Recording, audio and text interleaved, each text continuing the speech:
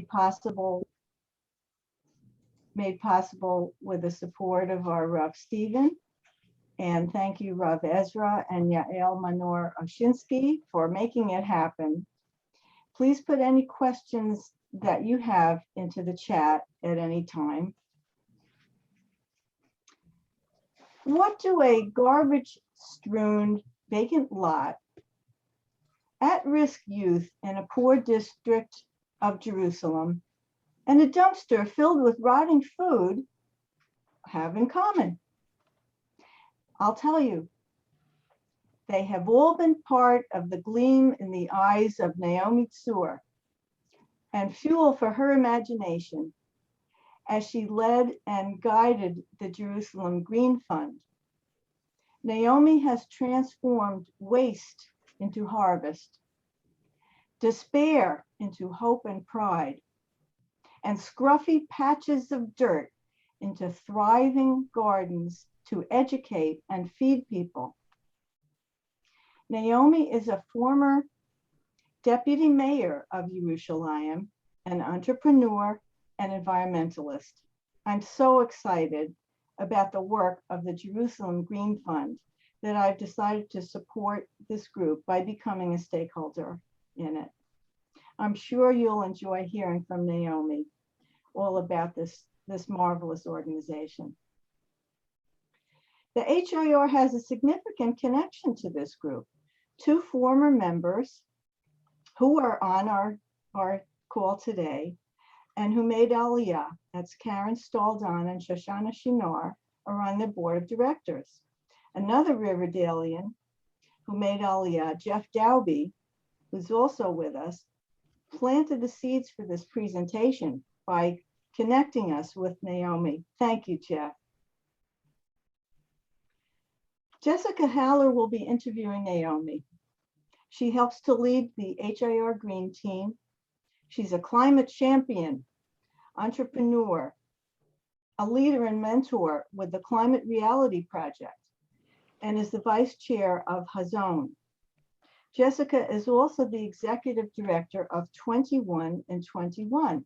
This is an organization dedicated to electing more women into the New York City Council.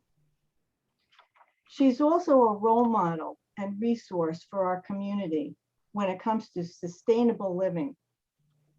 Thank you, Jessica, for being with us today to interview Naomi. And now I'll turn it over to you.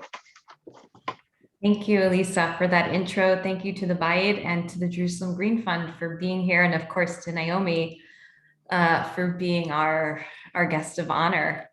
Naomi, I consider you a mentor of mine. Naomi and I met at a UN conference called Many Heavens, One Earth. It was an interfaith conference before the UN Conference of the Parties in 2009. And the goal of that conference was to show the elected leaders of the world that all of the religions of the world were coming together to say, we need to care for creation.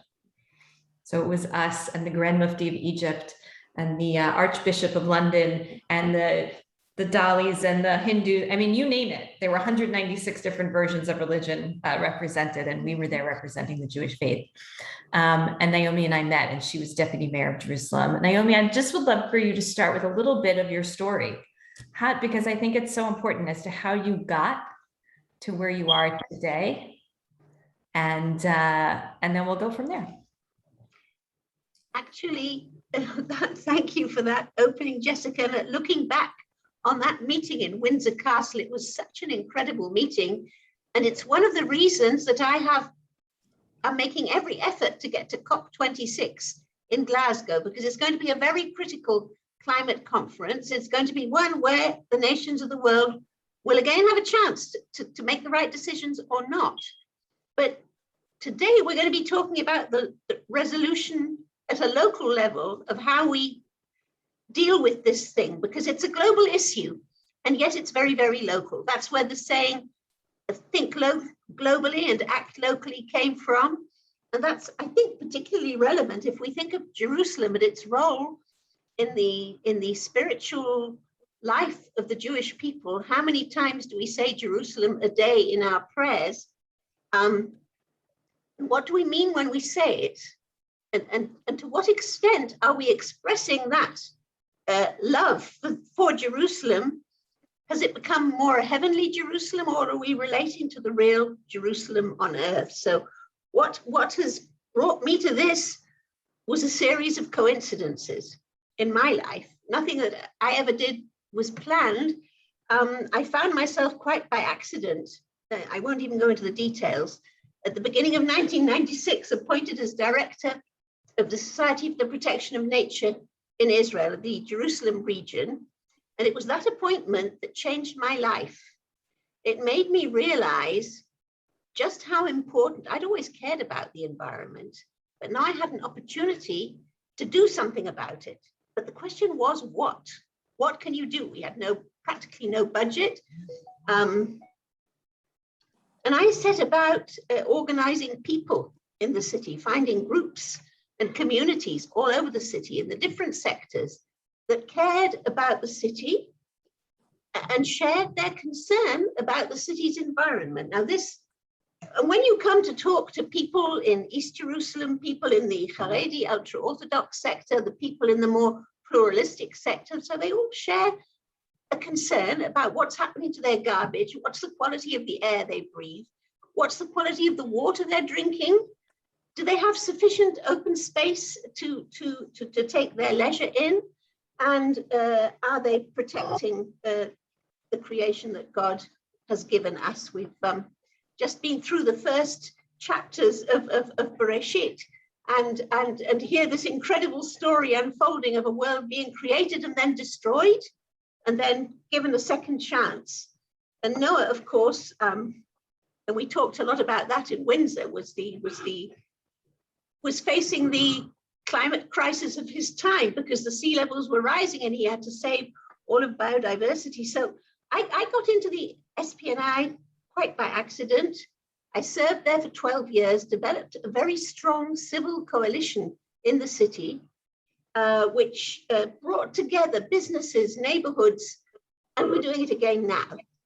I actually found that the time when I was in City Hall serving as deputy mayor, I somewhat lost touch with that civil society strength, which is so much needed, because anyone who is in a position of government and so-called decision-making needs the support of everyone on the ground.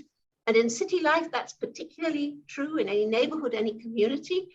And that's what got me to make the decision to establish the Jerusalem Green Fund when I left the world of politics.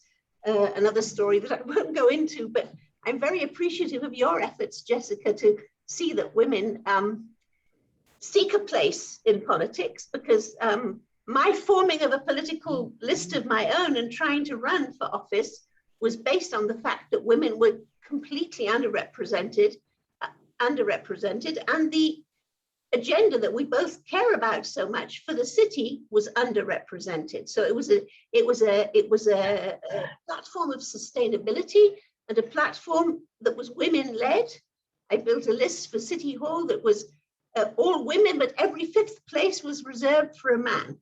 This was to try and turn the tables on the then city council that had only 3 women members. Of course, we didn't get in, but it was great fun. And I regained my self-respect after 5 years in City Hall, when I managed to get quite a lot done, but not nearly as much as I thought I could. And the realization that we need our civil society, every single person needs to be involved, needs to be engaged, if we want this agenda to take center stage. And it is so important for future generations. So that's what brought me to where I am, and to the idea, after I got out of the municipality, that we have to establish some kind of civil framework.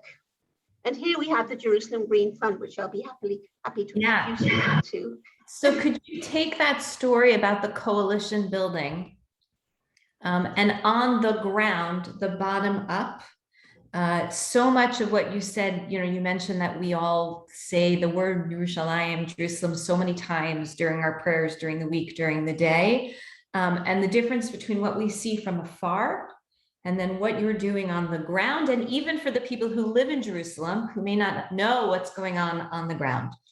So talk about the coalition and the work.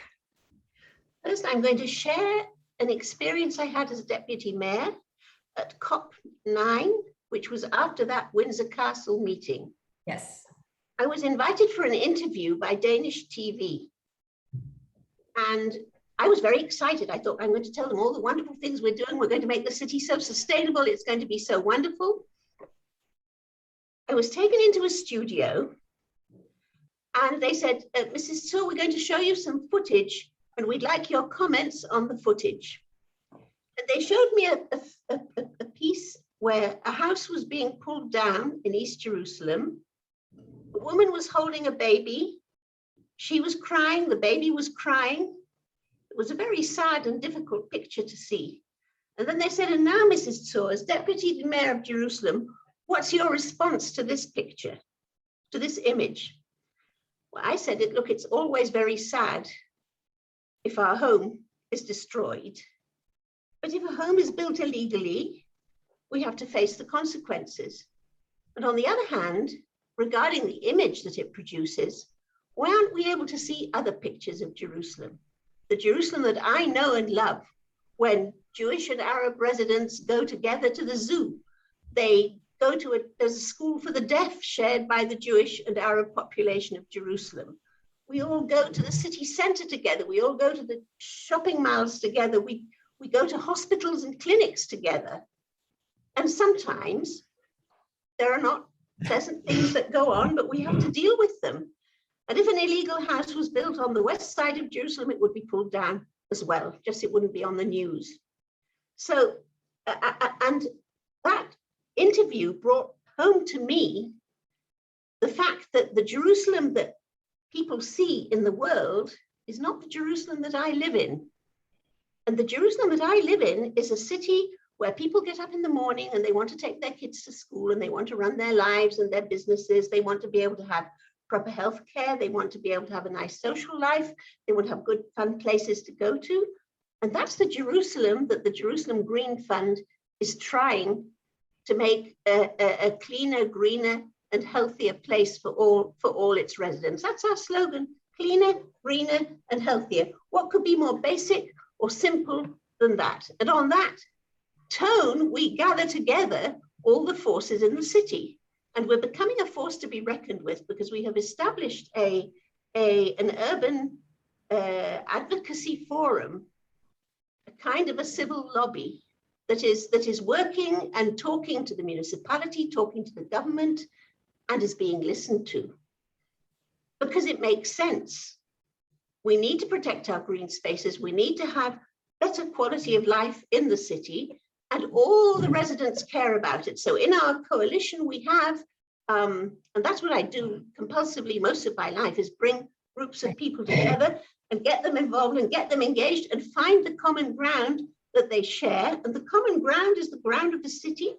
So we have in our forum of neighborhoods within that coalition, we have an ultra-Orthodox neighborhood, we have 2 Arab neighborhoods, we have pluralistic neighborhoods, we have businesses, and we have civil society organizations of all kinds, 70 different organizational entities that are members of this coalition, which cannot be disregarded either by the mayor or by any Knesset committee. And if there's anything that I think we've really achieved as a public presence in the city, it's that at this point, apart, of course, from the programs that we are running as the Jerusalem Green Fund. And there I'd like perhaps to share with you the model that we've developed for the organization, because when I realized that we had to have some kind of an organization, and our vice chair, Richard Corman, I don't know whether he's managed to join us now. He came in at 8 o'clock when we thought it was an hour earlier. He joined me at the beginning, and we developed a model which I think is different from many. We're not a foundation that has millions of dollars behind it. We are a cooperative philanthropy. Whoever is in it is part of it, is part of making a contribution to what it can and will do. So the more of us there are, the more we can do. But in addition, as opposed to many organizations where people make a membership contribution, the members make this decision together. So the more members we have, the more complicated it will be to get everyone together to make decisions as to what they want to do with their annual contribution, but it's proving less complicated than we thought. Because Naomi, yeah. Could you tell everyone, because I'm nervous that we're going to lose people before the end. So right now, if they want to become part of this cooperative philanthropy and join, I see Yuval on the line. What should they do? And then we'll say this again at the end in case we lose people. We will say this at the end. It's very, very easy. We have a website, www.jgf.org.il. Perhaps someone can type it up. It's very, very simple. There you are. Thank you. And you can become a member if you, we have kind of, what can you do to qualify as a Jerusalem stakeholder? You have to live in the city, own property in the city, love the city, have relations in the city, feel some kind of connection that Jerusalem has to be an integral part of the Jewish world, that we can't disconnect from it. We have to somehow connect with Jerusalem and be part of making it a better physical place, because heavenly Jerusalem is up there, but we are down here and we have a contribution to make. So what does it actually entail? It's a monthly contribution. If you're doing it from your end in the Bronx, it's $21 a month. And then you're an ongoing stakeholder. It's done through an organization in the United States called FJC that gives fiscal sponsorship of organizations in Israel, so that your contribution in the US can be given tax fiscal recognition. And then we bring it over, but you are then part of that group of stakeholders and can be part of a discussion which takes place with all the stakeholders, whoever bothers to come, at our annual general meeting every year. And that is where, by the way, the decision was made to focus on education, to focus on getting an advocacy forum together, to doing work in the ultra-Orthodox sector, to try and bring as many disparate parts of the Jerusalem population together in a shared agenda of making our city cleaner, greener, and healthier. Do you want to tell us on the ground stories? Maybe the Ethiopian Garden project, perhaps? Yes, I'd love to share that with you. Can someone let me share a screen? Oh, I think you should have that ability. Let me double check. Do I? Let me see. Yep, you are co-host. You should be able to. Yes, well, we just a moment. Here we are. Can you see that? Yes, beautiful. Lovely. Okay, this, by the way, is one of our main projects. We're working in the southwest of the city, in the neighborhood of Kiryat Menachem, where most of the Ethiopian immigrants who came to Jerusalem, originally they were housed in temporary caravan homes, but when they were given proper housing, most of them were in Kiryat Menachem. There are in a couple of other neighborhoods, but it's a large concentration of the community. And they felt very out of things. They were very much in a disconnect with the community. And we are working in Kiryat Menachem. The Jerusalem Green Fund didn't begin its work in Kiryat Menachem with the Ethiopian community. We began with a school called the Resheet School, a very special school in the neighborhood that has an enormous greenhouse and teaches all its kids to grow food and grow and love nature. And the principal of the school always says, well, I'm not growing plants here, I'm growing children. And it's a very... By the way, we have schools in the Bronx where Stephen Ritz says the same exact thing in the Green Bronx machine. So it's a common thread across the world. But it works, it works. And it's bringing up a generation of kids that are very aware of what are the basics of survival for the human race on Earth. So anyway, we got to a point, we want to make this neighborhood what we're calling an edible neighborhood. a neighborhood that grows as much of its own food as possible, using every possible open space, whether it's publicly owned, privately owned. There is an urban kibbutz in the neighborhood that has a farm and runs the school. And the community center has a special subdivision for the Ethiopian community. It's called Beta Histadrut. This gentleman, can you see my mouse on him? He has been the director of it for some time, Dameke. This young lady down here is a full-time employee of the Jerusalem Green Fund, Timna. And she coordinates the work in Kiryat Menachem, where we have what we call a round table of all the different entities in the neighborhood that are helping to make the neighborhood cleaner, greener, and healthier, growing its own food.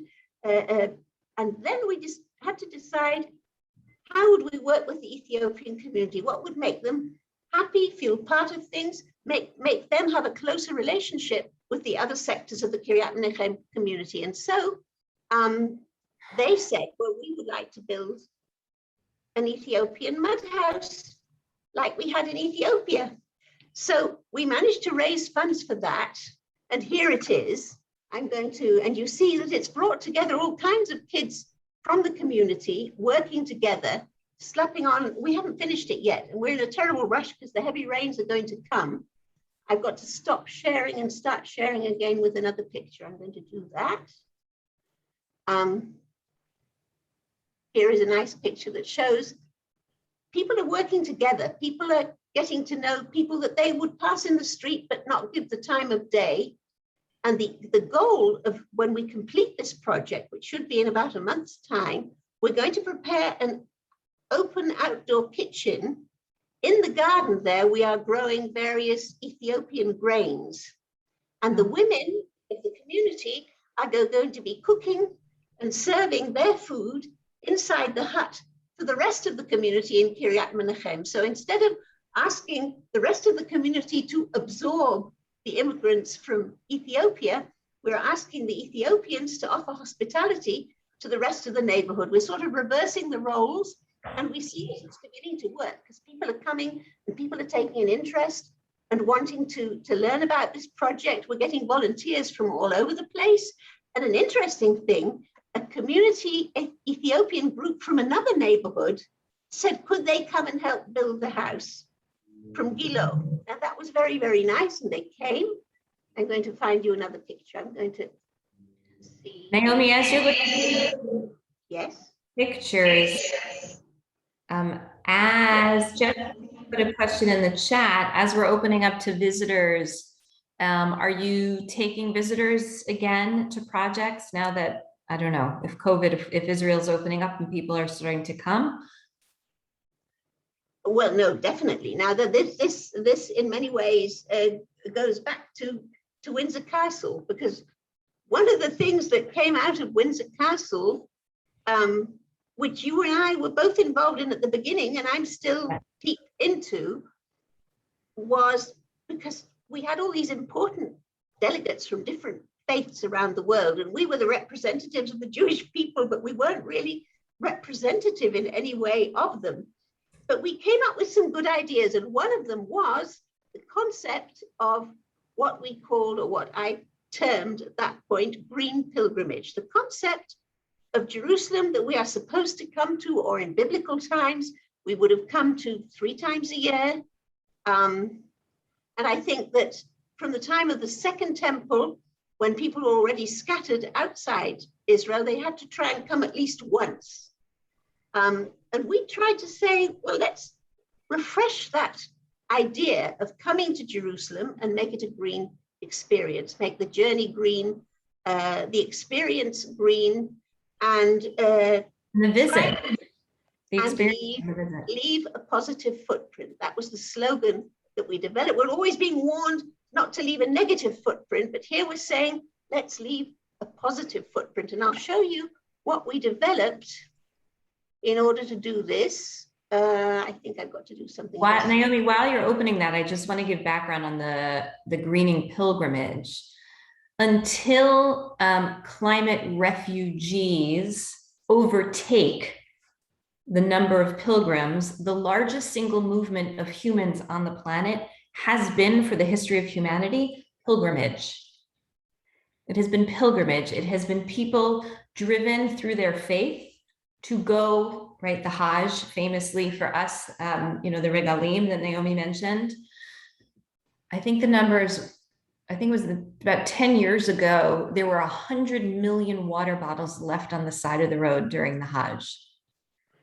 100 million water bottles. So what can we do in the sync combined together with all the religions of the world to say that as we are for our respective faiths, moving across the planet, we should do it and do no harm. And part of that are green maps. So when we arrive at our locations, we have opportunity to give back wherever that is, Mecca, Jerusalem, places in the UK where people visit ancient churches and all, everywhere.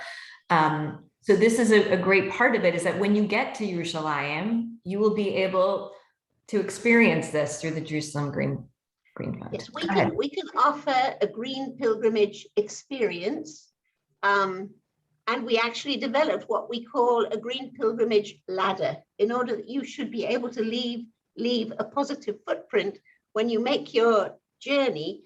Because remember, a pilgrimage in ancient times was very largely on foot or by sea, and would take a long time and be a transformative experience. So the idea here is that when you make your pilgrimage, and you could be Jewish, and you might be Christian, and you might be Muslim, because one of Jerusalem's problems or challenges or opportunities, however we look at it, is that we are a spiritual destination for three faiths. And it's caused a lot of trouble down the centuries. And maybe it should be something we can turn to our advantage. And maybe when we come on our pilgrimage, we should meet other kinds of pilgrims and learn what other pilgrims do. I was approached once by the Bishop of Jerusalem, who said, "What on earth do Jewish pilgrims do? I know what Christian pilgrims do." He said, "I even know what Catholic Christians pilgrims do," because remember, there are about 17 or 18 different kinds of Christians in Jerusalem, all in their Christian quarter in the old city, and they all have a different route for their pilgrimages. So we should learn about them, and they should learn about us. And when we make our journey, the concept of green pilgrimage is that not only should you have a green experience when you get to Jerusalem and leave a positive footprint, but that when you get back home, back to your own community, it should change your mindset, and you should want to do green things back home as well. And you've got your green team for that. So why shouldn't you? So you prepare for your journey, not only spiritually, but you learn what your faith offers you in the way of green thinking in its sources. And believe me, our Jewish sources have it all. As we say, if you look in our Torah sources, you'll find whatever you need, and there's plenty of it in all the sources through the ages. You make your ascent to Jerusalem, hopefully as much as you can of that on foot, according to your ability and capacity, but at least a small part to experience what pilgrims did in the time of the first temple, the time of the second temple. You don't go to a 5 or 6 star hotel, you enjoy local hospitality. You meet the local people, you eat local food, and you encounter nature, culture, and heritage. And nature would be the same nature as in biblical times. And I'm going to show you a bit of it in a minute. Engage actively with local people. Have some interfaith dialogue. You might even want to come, we've had some cases of this, in a joint interfaith group. It's an idea. Think about it. If you do that kind of thing, if you have interfaith meetings of your synagogue with churches or mosques in the area, it's an idea. And arrive, each person will want to go to their pilgrimage destination, but it's not so much about the destination as it's about the journey and the impact of the journey on your lives when you get back home. And concerning that, I'd like to show you one of my very favorite pictures. If I can get it, I can. It's this one.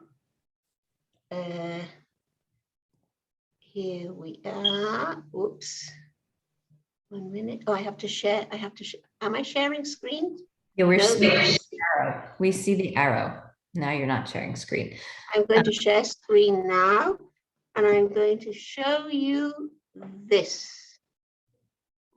Okay, I don't know where to start here. I'm going to go through these pictures because I think they make a point. One of the things about making a city greener and one of the things about green pilgrimage, and what do they have in common? Here we see the old train station in Jerusalem at the time of the British Mandate. And at that time, by the way, it was the way a pilgrim would arrive. It's the way Theodor Herzl arrived in Jerusalem. This is where he got off the train. And of course, in modern times, let's go through it. How can I? Oh. You can probably scroll down. Everybody, Scroll we're down, going to yes. talk for about another 10 minutes. And if you have questions, you can put them in the Okay. chat. And we'll I get just to want to show you all that this railway station went into disrepair because the rail train was taken off the tracks. One of the things in making a city more sustainable is to take infrastructure that has been neglected and left to go to waste and turn it into something that is needed by the city. And that is what was done with the 8 kilometers of the railway track that were left after the new station was established in Malcha, so that now we have our railway park, which many of you who live in Jerusalem or visited Jerusalem are familiar with, and it's proving a very, very successful park. But it does 3 things. It brings together all the different sectors of the community. It has Jewish, Arab, 8 neighborhoods, rich, poor, veterans, youngsters, all along the line. And you can see some of them here, cycling, running, walking. And the station itself, you saw that train at the station before in the time of the British Mandate. Well, here it is now with people gathering together to eat and have fun and enjoy themselves. Going on to another bit of infrastructure. Here's a gazelle in the Gazelle Valley. The Gazelle Valley has just been declared by the IUCN, the International Union for the Conservation of Nature, as one of 14 possible successful ways of solving and addressing climate change issues through nature-based solutions, because it serves as a drainage basin for a quarter of the floodwater of Jerusalem, and it has also saved a herd of gazelles that was threatened and was being run over and eaten by wild dogs. And the Gazelle Valley is for people as well as for gazelles. And it's also become a world center for birding. And this fellow here, I wanted to show you another picture. I know we have only a little bit of time left, but it's a very, very important picture.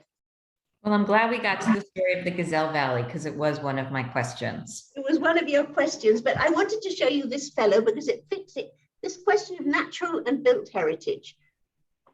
Many of us have been to the Kotel and prayed there, but we may not have noticed that between February and June, February and June, you will hear squeaking swifts circling overhead every evening, and there are 88 nesting places in the Kotel cracks. Now, they come every year, and in the book of Jeremiah, Jeremiah exhorts the children of Israel and says, look at the swift. He knows when he has to come to the temple to pray. Be as punctual as he is and come at the right time and observe the rituals that you have to observe. So we officially declared the swifts to be green pilgrims because they come regularly. And in fact, they are an interfaith group because some of them nest in the Great Mosque, and some of them go to the Church of the Holy Sepulchre, but they make their journey together and they go back together. So that's a case of great tolerance and understanding. And I think we could build our green pilgrimage groups based on that principle. But that's why the other picture that I had, which I was showing you before, which Naomi, is, what is it? What is was it? at the end. I don't know where I've lost it. I want to actually ask a question of you, Naomi, as you're finding Yes. the last picture. Yes. I want to talk about Zionism for a second and the challenges in today's world, both in Israel and in America and in politics. You and I have both put our pinky toes in the political arena. How can the vision of the Jerusalem Green Fund and the images you bring us help with connecting. This is, I believe, got this sentence from you, the left wing's love of the environment and the right wing's love of the land, if I could just bucket people like that. And there are many of us who cross over. But how can this help? You just spoke about heritage and sort of the indigenous species, and we are the indigenous people of this land of Israel. So how could the work you do help us there? One of my thoughts when I invented, in inverted commas, green pilgrimage, was the thought that it is such a crying shame that there is a danger that if Israel becomes to be irrelevant for Jewish people in the diaspora, and Judaism isn't sufficiently relevant for many of the people in Israel, and we have about 6 million, well, more than now, we've got more Jews in Israel than 6 million. We've tipped the scales, and there are more Jews in Israel than in the rest of the world. But let's say 6 million here and 6 million in America. And how many did we lose in the Holocaust? 6, right? Last year was actually the first year that we replenished the Jewish people on planet Earth since the end of the Shoah. It has taken us that many years to do so. On the other hand, if we in Israel do not sufficiently treasure our Jewish heritage, and you in the United States do not sufficiently care about Israel as the promised land, as our home for the Jewish people, then we are effectively continuing Hitler's job. Because we're saying we're Jews, but we don't care about Israel, and we're Israelis, but we're not so Jewish as we might have been once. So I'm saying there is a tremendous need to join forces, both as diaspora and Israel. Within Israel, it's the left and the right.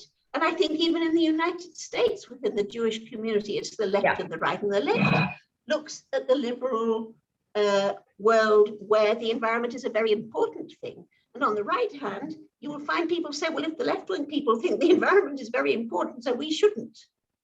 It's as though you can't be a lover of the environment on the right. But in Israel, it's particularly funny because the right-wing people love the land and they do things for the land.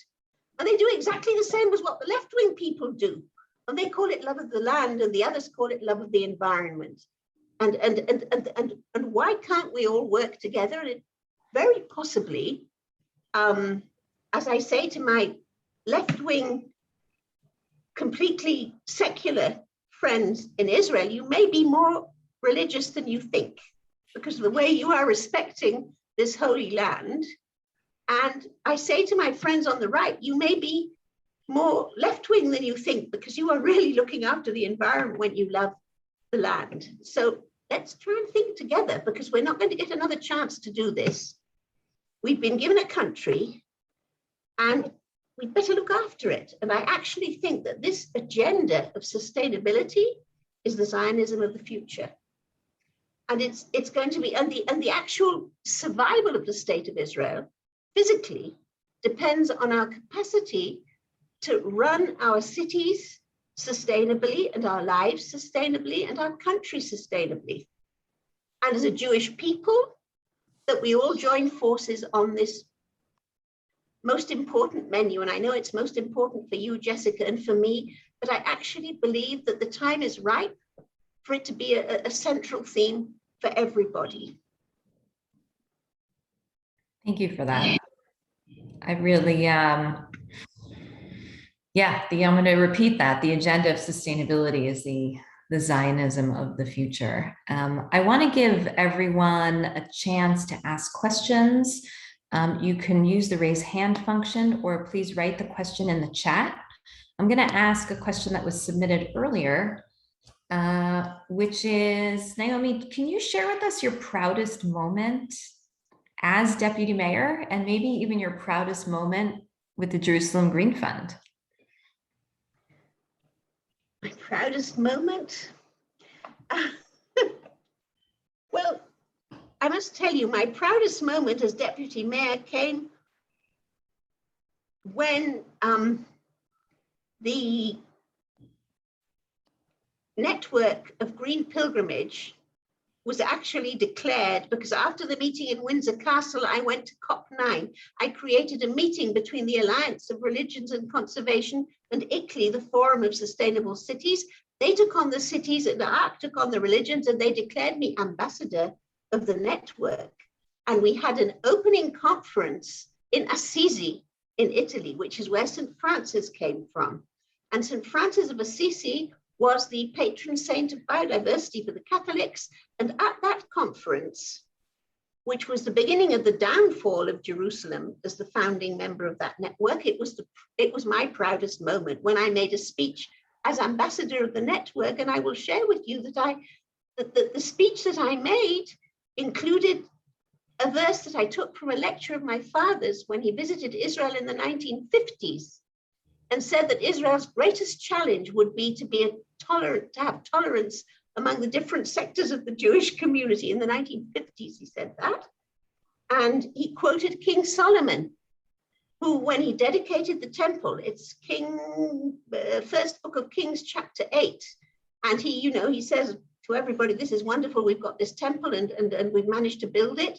And then he turns to God in heaven and he said, "Hear, O Lord, hear the voice of the stranger who comes to your gates.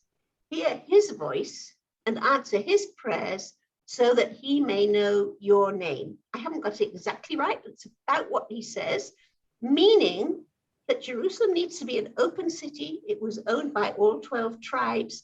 It needs to be a meeting place for all the nations and all the cultures and a place of diversity. But at that very meeting in Assisi, the city of a city from Norway came and said they wanted to bring Bethlehem into the network, but that Bethlehem wouldn't join the network if Jerusalem was in the network. And just 2 years later, I was no longer deputy mayor by then. I was told Jerusalem had to leave the network. I said to them, guys, you know what? You can take Jerusalem out of the network. You cannot take pilgrimage out of Jerusalem. And we have continued to work on that. And I think we have to work on the voice of moderation and bringing people together and not creating that division. That was undoubtedly the proudest moment as deputy mayor. And as the Jerusalem Green Fund, every day is a day of pride, because every day someone else is joining, and every day there are new voices. And I've just had the Himmelfahrt School saying it wants to join our lobby, and Shira Hadasha, a wonderful egalitarian community. I gave them a shiur on Parashat Noach, and they're all joining the Jerusalem Green Fund, and they want to come on board. So there is such an opportunity now for everyone to get together and join forces. I can't say a day goes by without pride. Oh, I'm so thrilled. Just for everyone on the call, my daughter, who last year spent the year in Yerushalayim, I introduced her to Naomi. She's my kid, so she does not want to work in environmental stuff and does not want to work on political stuff because she's my child. Met Naomi and became an intern. I had nothing to do with it. I just made the connection. True. And had an absolute fantastic, she and her friend Kelly had an absolute fantastic experience working in the ground with the organization. She was at TVA, which is a B'nai Akiva year program, and just the experience was priceless for them. So thank you. Are there any other questions for Naomi, for me, for Lisa? Rabbanit Bracha, you have any words for us? I'm literally enjoying every single moment and soaking it in and drinking it in. And I'd be glad to offer some words at the end when everything is done. I'm so honored to be here and honored to have you, Naomi, Mamash. It's so wonderful to be with you. And I'm glad this is being recorded. We'll put it out on our newsletter. If there are comments that you need to make, and if any of you are interested in hearing more and coming on board as stakeholders, we'd love to have you. And there are things you can do as a community too, not only as individuals. We have to think of all ways of working together. Karen, do you have a question? Yeah, I was wondering if there's a way that we could start something here that would allow us to join with HIR and maybe put blurbs in every once in a while that would attract attention, something that common activities or something that would be available to the community at large in HIR. I love that. We actually, yeah, we actually, That would be with Alisa or whoever else would be interested in coming up with certain activities that we're involved in that might raise excitement. we have a green corner in the weekly bulletin, and I would love for that information to be part of that. That sounds like a great idea. So what's the best way to, should we put someone from Naomi's team in touch with Yael?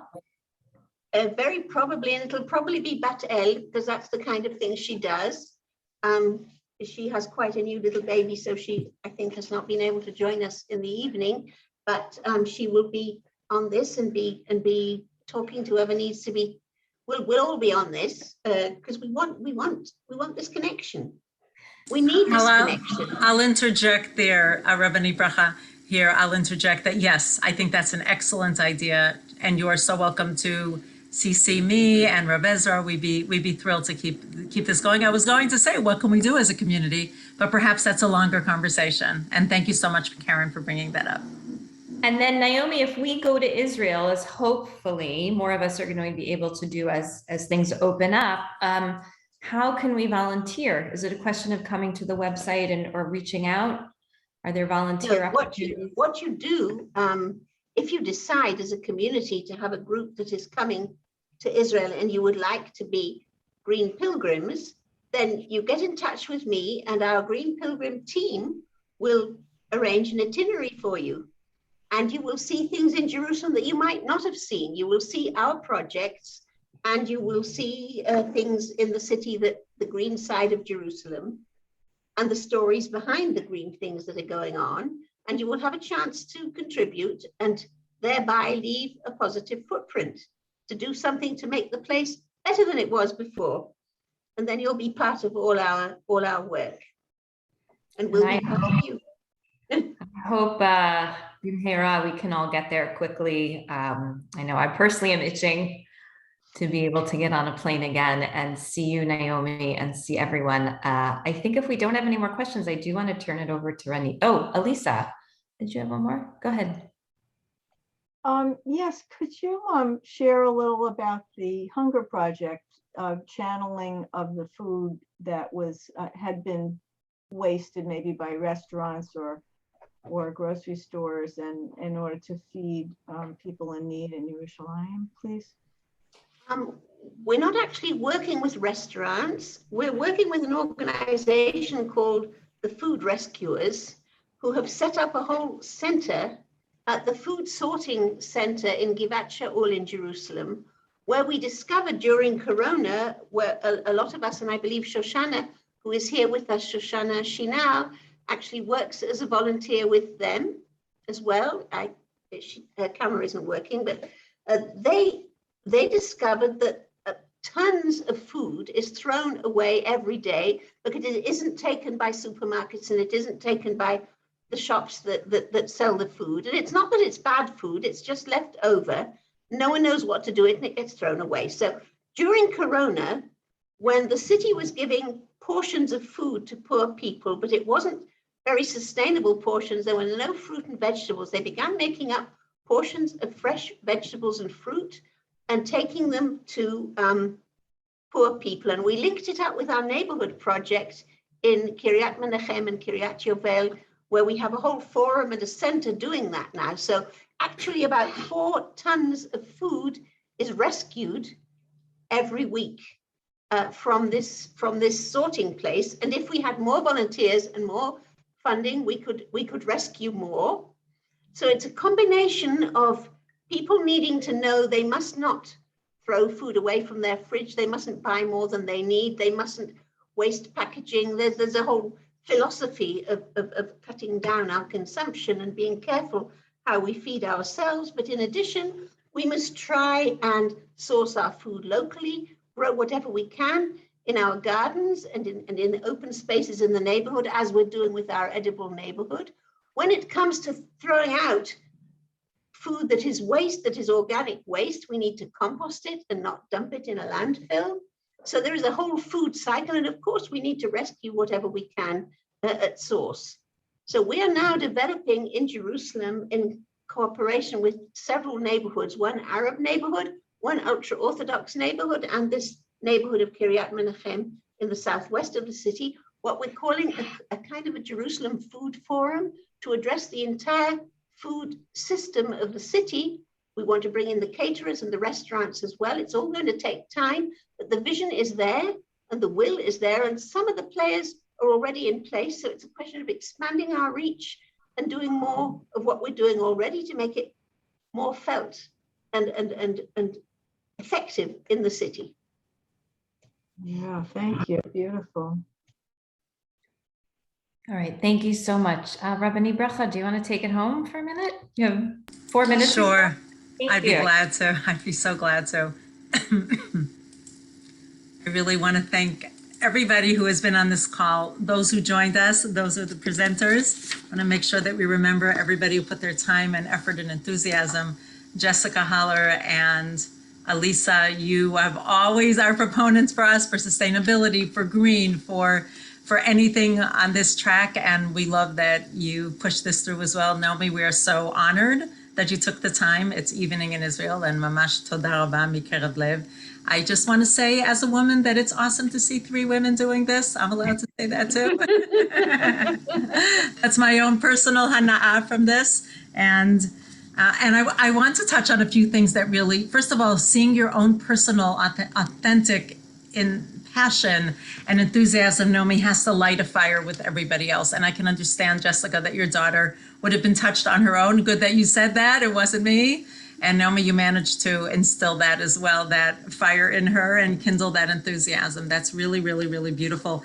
Everything that you spoke about aligned so beautifully with the kinds of values that we have here at the Bayit at HIR in Riverdale, whether it's about Israel, sustainability, green, and the interfaith. I am not going to forget the green pilgrimage of your birds, that interfaith pilgrimage. I can never forget that. That was awesome. And in a way, using a little bit of humor and also something real can leave a thought in people's minds. Say, wait, 1 second, that's true. Nature is doing it. The world is doing it. How can we do that as well?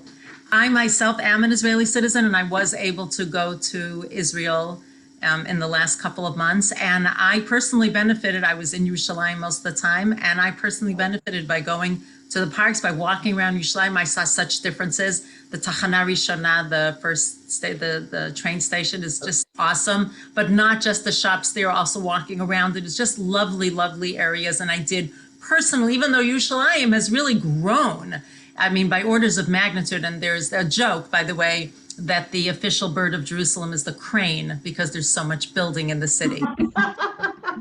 And yet on the flip side,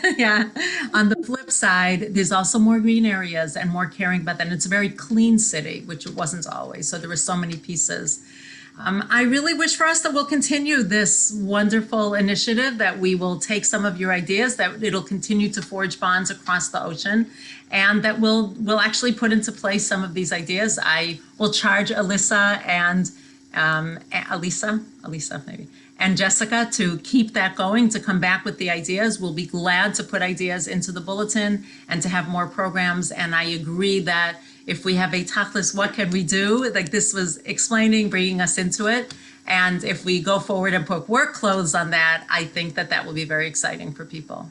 So I want to really thank everybody. It's just to say I'm coming in from a walk outside in the fall foliage and so appreciating that I could go directly from the outside air into talking about things having to do with the outside air. Thank you, everybody. Thank you. And Alisa, thank you for putting this together. Thanks to all of you. My pleasure. Right. Have a good night from Yerushalayim. Laila Tov. Have a good Sunday afternoon. Jeff, good to see you. Thanks, everyone. Thank Say you. shalom. Bye. Shalom. Bye, everybody. Bye. Alisa, you actually, when you end it, it'll end it because you're the host. Okay. Oh, I always hate to say goodbye. The odds. Well done. Bye, everybody. Have a good week.